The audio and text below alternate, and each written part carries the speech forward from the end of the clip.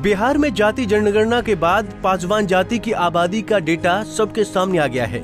हिंदुओं में सबसे ज्यादा आबादी यादवों की है। जातीय सर्वे के आंकड़ों के मुताबिक यादव 14.26% हैं, जबकि दूसरे नंबर पर पासवान जाति के लोग हैं। पासवान जाति की आबादी 5.31% है। बिहार के दलितों में पासवान जाति को सबसे ज्यादा प्रभावशाली माना जाता है।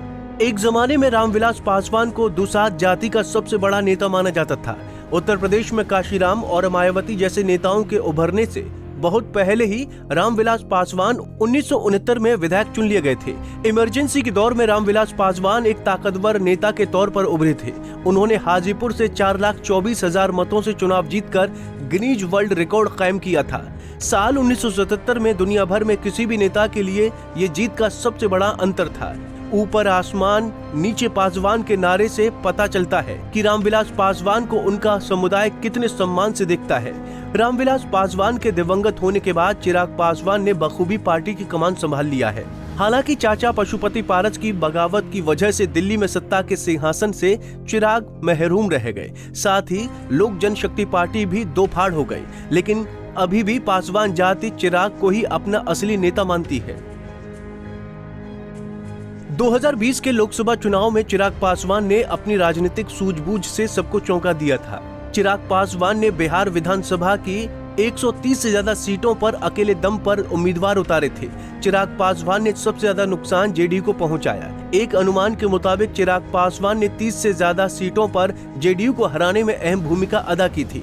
2020 में चिराग पासवान ने 5.46% वोट हासिल किया था।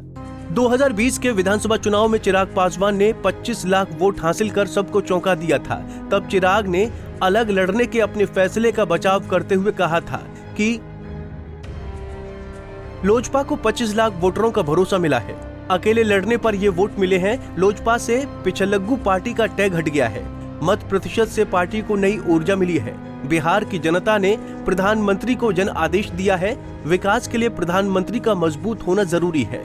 बिहार में भाजपा का मजबूत होना जरूरी है। हमारी पार्टी के पास खोने के लिए कुछ नहीं है। अकेले जब हम इतना अच्छा प्रदर्शन कर सकते हैं तो 2025 में हम बेहतर करेंगे।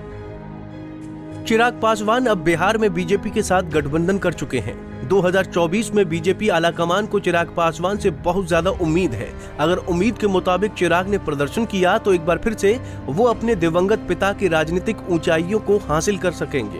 हालांकि किसी भी हालत में बिहार में पासवान वोटरों का दबदबा कायम रहेगा। Bureau report, Punjab Kesari TV. हमसे जुड़े रहने के लिए हमारे YouTube चैनल को सब्सक्राइब करें और नई वीडियो की नोटिफिकेशन के लिए बेल आइकॉन को दबाएं।